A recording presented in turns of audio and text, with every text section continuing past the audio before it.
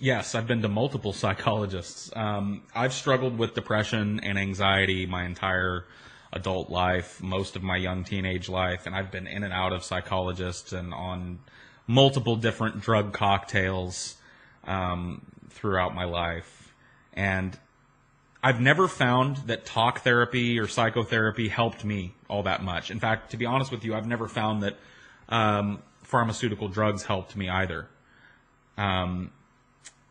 I feel like I'm almost too much of an introspective person to have talk therapy help. I can see how it could help some people, but I spend a lot of time up here in my head, and I kind of know the basis of some of my or most of my problems. I kind of know the things that happened to me as a child that fucked me up and put me in the position I'm in today. I kind of know at least where at what point in my life my depression started, and at what point in my life my anxiety started, and where that springs from.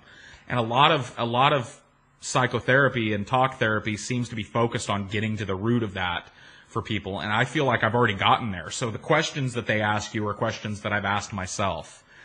So I'm not saying, I know it helps people. I know some people that have been really helped by it, but for me, it's never really helped me. And I had a really bad experience the last time I went to you asked about a psychologist. The last time I went, it was actually a psychiatrist. I went to my doctor. This was about a year and a half, maybe 2 years ago.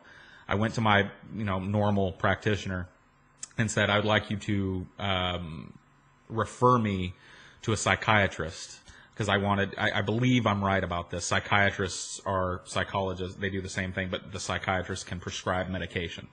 I wanted to have a doctor that could do talk therapy or psychotherapy with me and then prescribe me medication as well. And she referred me to this doctor. I went and saw him, sat down for about 20 or 25 minutes with him. He asked me the same questions that every other doctor I'd ever been to asked me. I very dutifully and honestly answered them. And after about 25 minutes of talking to me, he pulls out his little pad, his little prescription pad, and scribbles this down and says, okay, I want you to start taking this, and I want to see you next week, and we'll talk some more. And he put me on a prescription for a medication called Effexor. I think it was Effexor XR. And I was happy because it was a drug that I hadn't been on before. And so he started me off on pretty high dose Effexor XR and bumped me up not long thereafter. And I couldn't really tell if it was helping me or not. The next week I came and something kind of weird happened. I sat down with him and he asked me, okay, how's the drug doing? And I said, I don't know. I don't know how I don't know that I feel a whole lot different. And he said, okay. And then he starts asking me some of the same questions that he'd asked me the time before. And it was almost like he didn't remember the talk that we had before. And I told him this. I said, we talked about a lot of this the last time I was in here. And he looked at his little notepad that presumably had,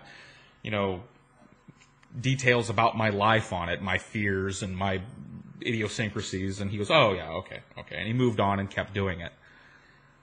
And kept bumping up the level of medication. Every week he would bump me up to a higher dose of this medication. And we stopped doing weekly and started doing every other week. And every other week I would come to him and he would go down a road that he'd already gone down, or multiple roads that he'd already gone down with the talk therapy. And it was about a month and a half, maybe 2 months into my stint with this drug that I started to have horrible fucking side effects. And this is going to sound really weird because it doesn't sound all that horrible, but it was really, I cannot impress upon you how fucked up this was. Well, first of all, and this is embarrassing shit. I started to have sexual side effects, and this is not uncommon on psychotropic drugs. You start to have decreased libido and all kinds of fucked up shit. So I started to experience that. I also started, and this was almost even worse, I also started to get these really intense sweats. And when I'm talking about sweat, look, I'm a fat guy. I don't work out. I don't exert myself. I don't have a job where I have to be really super physical. I'm up and around all the time, but I don't have to like lift 100-pound crates over my head like my mom's been doing for 30 years, I would exert myself in a small way. Like I'd have to climb up a ladder for something.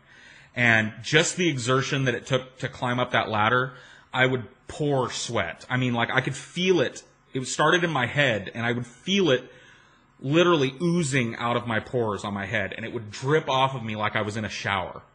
After about 5 or 10 minutes of this, my entire shirt would be soaked. And I work around people, so I can't be covered in sweat like I just ran from my life, from an abominable snowman or some shit.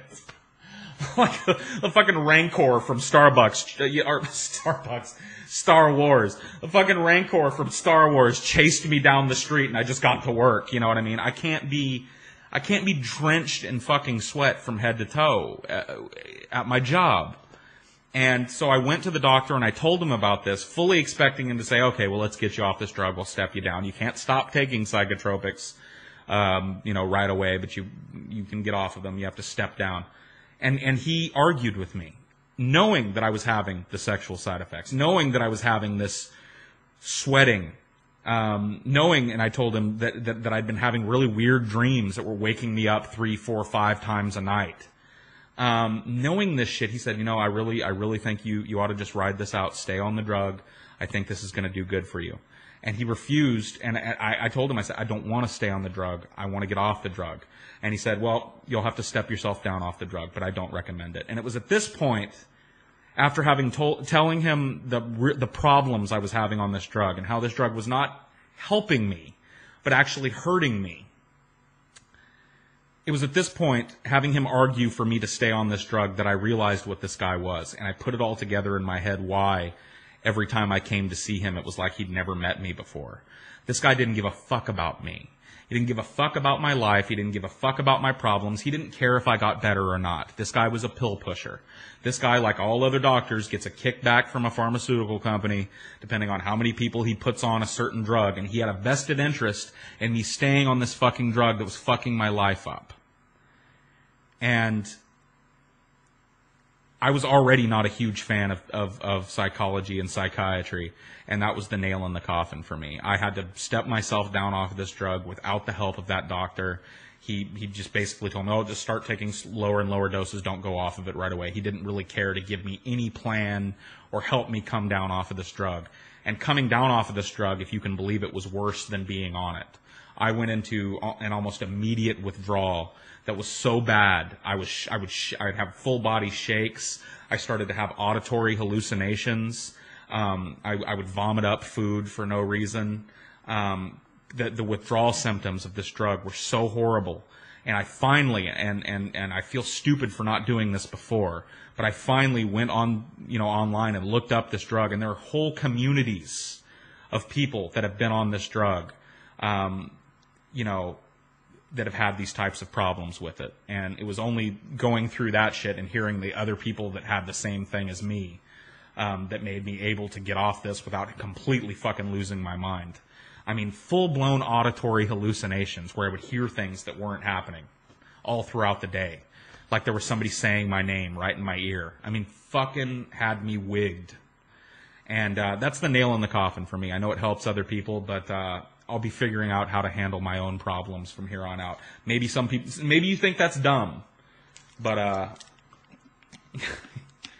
I cannot put myself in that position again. So